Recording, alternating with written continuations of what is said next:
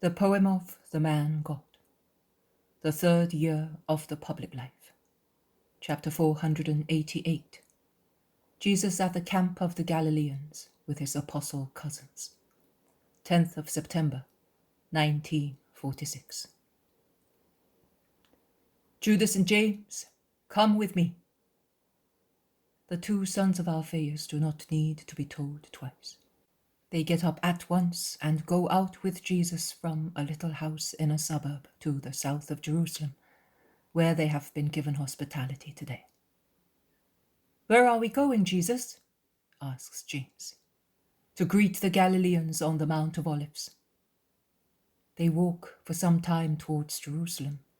Then they pass close to some little hills with houses among the greenery, obviously manor houses. They cross the road to Bethany and Jericho, the southern one ending at Tophet and Siloam. They go round another hill, which is a ramification of the Mount of Olives. They cross the other road which goes directly to Bethany from the Mount of Olives, and along a little path among the olive trees they climb to the camp of the Galileans. Many tents have already been dismantled, and in remembrance of the crowding, there remain withered branches thrown on the ground, the remains of fires which have scorched the grass, ashes, brands, litter, as always happens where there has been a camp. The cold and precociously wet season has speeded up the departure of pilgrims. Caravans of women and children are departing even now. Men, particularly those still strong, have stayed to terminate the feast. The Galileans who believe in the Lord must have been warned by some disciple, perhaps, because I see them all and from every village known to me. Nazareth with the two disciples, Alphaeus, whom Jesus forgave after his mother's death, and a few more. But I do not see Simon or Joseph of Alphaeus. But as compensation there are others, among whom the head of the synagogue, who is visibly embarrassed in greeting Jesus with deference after thwarting him so much. But he helps himself out of the difficult situation by saying that Jesus' relatives are staying with that friend, because of the children who suffered from the wind at night. And Cana is present with Susanna's husband, her father, and other people. And also Nain is present with the man brought back to life and others. And Bethlehem of Galilee with many citizens, and the western lake towns with their inhabitants. Peace to you, greets Jesus passing among them, caressing the children still present, his little friends from Galilean places, listening to Jairus, who tells him that he is sorry he was absent the last time. Jesus asks whether the widow from Aphek has settled at Capernaum and has taken in the orphan from Giscala. I do not know, Master. Perhaps I had already left, says Jairus. Yes, a woman has come and she gives lots of honey and caresses to children, and she bakes cakes for us. And the children who used to come to you always go to her house to eat. And the last time she showed us a tiny little baby. She bought 2 goats to have milk. She told us that the baby's the Son of Heaven and of the Lord. And she did not come to the feast as she would have liked to do, because she could not travel with such a little baby. And she asked us to tell you that she will love him with justice and that she blesses you. The children of Capernaum twitter like little sparrows around Jesus, and they are proud that they know what not even the head of the synagogue knows, and that they have to act as ambassadors to the good master, who listens to them with the same attention as he would listen to adults, and who replies, "And you will tell her that I bless her as well, and that she is to love children for my sake. And you must love her and not take advantage of the fact that she is good. Do not love her only because she gives you honey and cakes, but because she is good. She is so good and kind that she has understood that those who love children in my name make me happy. And you are to imitate her, all of you, both you children and you adults, always bearing in mind that he who receives a child in my name has his place allotted in heaven, because mercy is always rewarded, even if it is only a cup of water given in my name, but mercy on behalf of children, saving them not only from hunger, thirst, and cold, but from the corruption of the world, receives an infinite reward. I have come to bless you before you depart. You will take my blessing to your women, to your homes. But are you not coming back to us, Master? I shall come back, but not now, after Passover. Oh, if you are going to stay away for such a long time, you will forget about the promise. Be not afraid. The sun may stop shining before Jesus forgets those who hope in him. It will be a long time. And sad, if we are taken ill, If we have trouble, if death should descend upon our houses, who will help us? Say several people from different places. God will. He is with you if you remain in me with your will. And what about us? We have believed in you only for a short time. We admit it. So will we have no comfort? And yet now, after seeing you work miracles and hearing you speak in the temple, oh, we believe you. And it is a great joy to me, because it is my greatest desire that my fellow citizens should be on the way of salvation. Do you love us so much? But for a long time we have offended and ridiculed you. That is in the past. It is no longer so. Be faithful in future, and I solemnly tell you that your past is cancelled both on the earth and in heaven. Are you staying with us? We shall share our bread as we did many times at Nazareth, when we were all equal. On Sabbaths, we rested in the olive groves, or when you were just Jesus, and you used to come with us and, like us, to Jerusalem for feasts. There is regret and desire for past times in the voices of the Nazarenes who now believe in Jesus. I wanted to go to Joseph and Simon, but I will go later. You are all my brothers in God, and spirit and faith are of greater value to me than flesh and blood, because the latter perish, whilst the former are immortal. And while some get busy preparing fires to roast the meat, using bits of olive branches to cook the food, the more elderly people and those of high rank from every place in Galilee gather round Jesus, asking him why that morning and the previous day he was not at the temple, and whether he would be going the following day, which was the last one of the feast. I was not there, but I will certainly be there tomorrow. And will you speak? Yes, if I can. Alphaeus of Sarah, looking about himself, whispers in a low voice to Jesus, Your brothers have gone to secure assistance for you in town. That fellow is aware of many things because he is a relative of one of the temple through the relationship of some women. Joseph is worried about you, you know. After all, he is good. I know, and he will become better and better when he's spiritually good. More Galileans arrive from town. The number of those around Jesus increases, to the regret of the children who are pushed back by adults and cannot make way towards Jesus until he sees the innocent, sulky group, and he says, smiling, Let the little children come to me. Then while the circle breaks up once again, as happy as a flight of birds, they run towards Jesus, who caresses them and goes on speaking to the adults.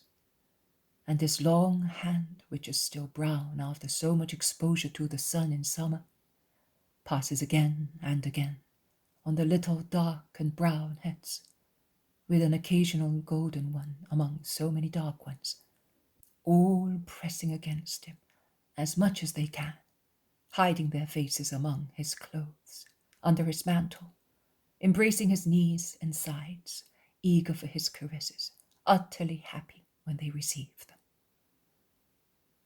They eat, sitting in a circle after Jesus has blessed the food and handed it out, in a serene, friendly union of hearts. The others, who are not Jesus' followers, look from afar, derisively and incredulously, but no one minds them. The meal is over. Jesus is the first to get up, and he calls Jairus, Alphaeus, Daniel of Nain, Elias of Chorazim, Samuel, the ex-cripple, I do not know from where, then a certain Uriah, one of the many Johns, one of the many Simons, a Levi, an Isaac, Abel of Bethlehem, etc. In brief, one from each village. And with the help of his cousins, he divides into equal parts the money of 2 very full purses, and he gives 1 part to each man he called for the poor of each village. Then, when he is penniless, he blesses everybody and takes his leave. He would like to depart from them, turning his steps towards Gethsemane, to enter the town by the sheep gate, but almost everyone follows him, children in particular, who hold on to his tunic and the hem of his mantle, and certainly annoy him, but he does not stop them. And the little boy from Magdala, Benjamin, who one day very clearly said what he thought of Judas of Kerioth, plucks his tunic until Jesus bends to listen to him in particular. Have you still got that bad man with you? Which bad man? There are none with me, says Jesus to him, smiling. Of course there are. That tall, dark man who laughed. You know, the one whom I told you that he was handsome outside and ugly inside. He is bad. He is talking of Judas, says Thaddeus, who is behind Jesus and has heard.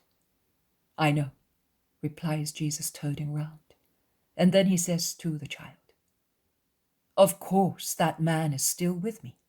He is one of my apostles, but now he is very good. Why are you shaking your head? You must not have a bad opinion of your neighbor, particularly of people you do not know. The boy lowers his head and becomes silent. Are you not replying to me? You do not want me to tell lies, and I promised you not to tell any, and I kept my promise. But now if I say to you that I think that he is good, I would say something which is not true, because I think that he is bad. I can keep my mouth closed to please you, but I cannot close my mind not to think. His remark is so impetuous and logical in its simplicity, although childish, that all those who hear him cannot help laughing. Everyone, except Jesus, who sighs and says, well, you must do one thing. If he really seems bad to you, you must pray that he may become good. You must be his angel. Will you do that? I will be happier if he becomes good. So, if you pray for that, you will pray that I may be happy. I will. But if he is bad and does not become kind to you, my prayer will be of no avail.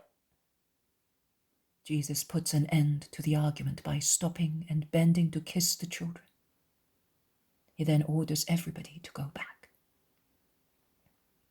When they are alone, Jesus and his two cousins, Judas of Alphaeus, after a short silence, as if he had been so far thinking about it, says, concluding, "He is right. He is quite right. I also am of his opinion." "But who are you speaking of?" asks his brother James, who, engrossed in thought, was walking a little ahead of him on a narrow path which allows one person to pass at a time. "I am speaking of Benjamin, and of what he said, but you will not hear of it.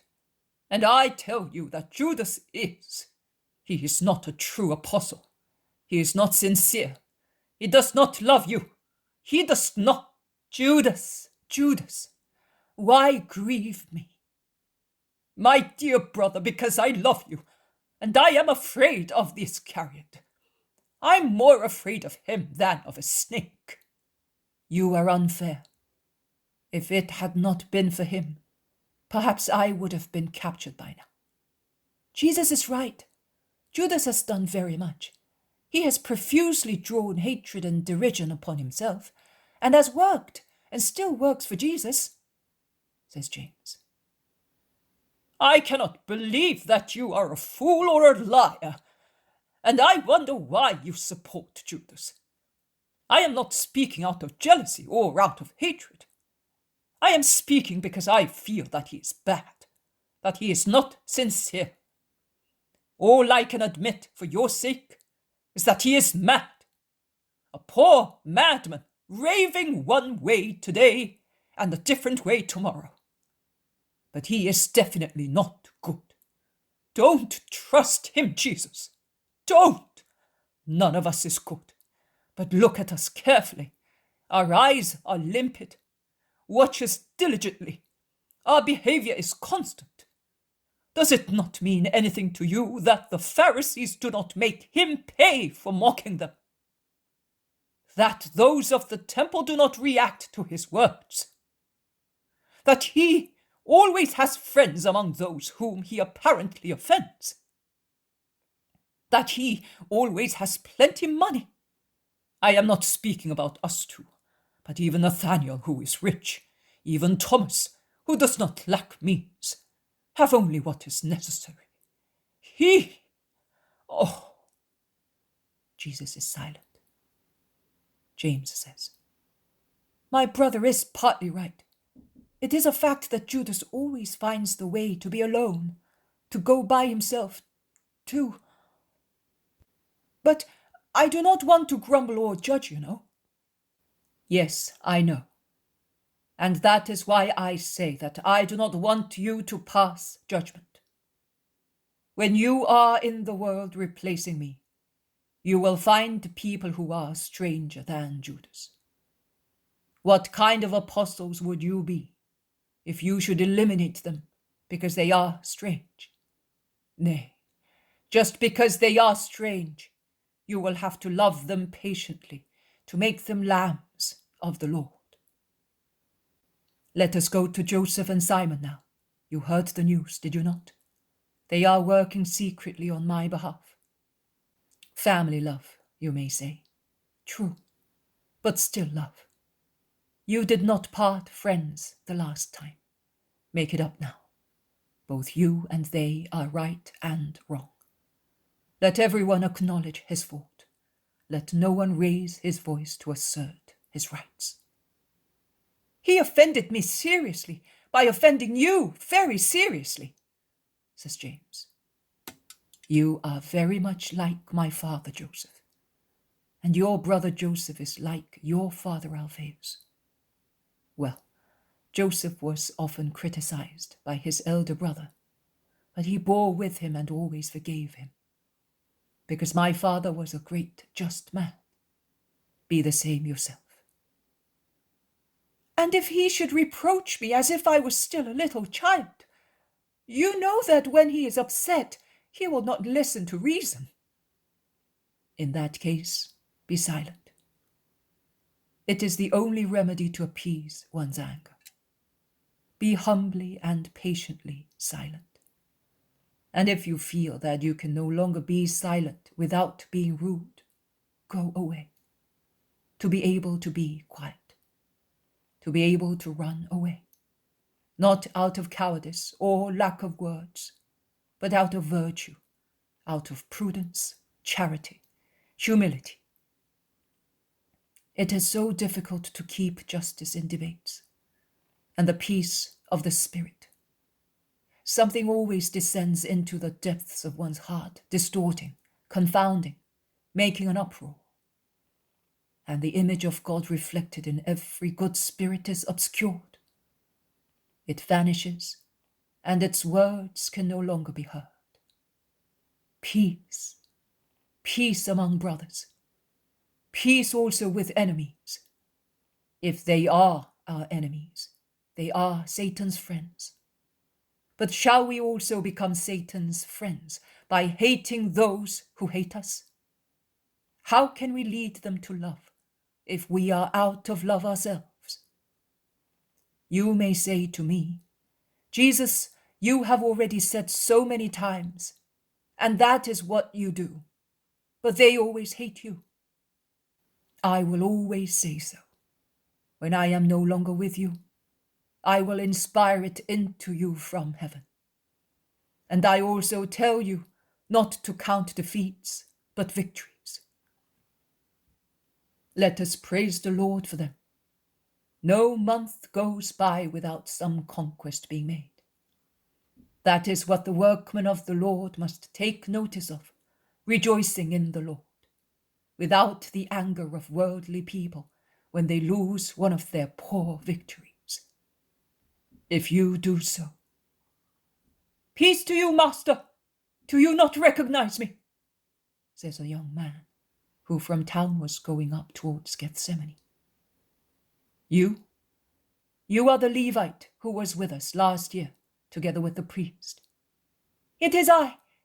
How did you recognize me, since you see a whole world around you? I do not forget the distinctive features of faces and spirits. Which is the feature of my spirit? A good one, but unsatisfied. You are tired of what surrounds you. Your spirit tends to better things. You feel that they exist. You realize that it is time to make up your mind for an eternal good. You are aware that beyond darkness there is a sun, the light. You want the light. The young man throws himself on his knees. Master, you have said it. It is true. That is what I have in my heart. And I could not make up my mind. Jonathan, the old priest, believed. Then he died. He was old, but I am young. I heard you speak in the temple. Do not reject me, Lord, because not everybody there hates you, and I am one of those who love you. Tell me what I must do, considering that I am Levite. Do your duty until the new times. Meditate, because by coming to me, you will not be going towards earthly glory, but towards sorrow. If you persevere, you will receive glory in heaven. Study my doctrine. Be firm in it. How? Heaven itself will confirm you with its signs. My disciples will help you to be confirmed again and to have a deeper and deeper knowledge of what I taught and to practice it. Do that, and you will achieve eternal life. I will, Lord, but can I still serve in the temple? I told you, until the new times. Bless me, Master. It will be my new consecration. Jesus blesses and kisses him. They part. See, such is the life of the workers of the Lord. A year ago, a seed fell into that heart. But it did not appear to be a victory, because he did not come to us at once. But here he comes now, after a year, to corroborate the words I spoke a little while ago. A victory. And does that not make the day a beautiful one for us? You are always right, Jesus. But beware of Judas. It is silly of me to tell you. I know. You are aware. But I have this torment in my heart. I am not telling the others, but it's there. And I am sure that the others have it as well. Jesus does not reply. He says, I am glad that Joseph and Nicodemus gave me that money. I can now send some assistance to my poor people in Galilee. They have arrived at the gate, and they go in mingling with the crowd.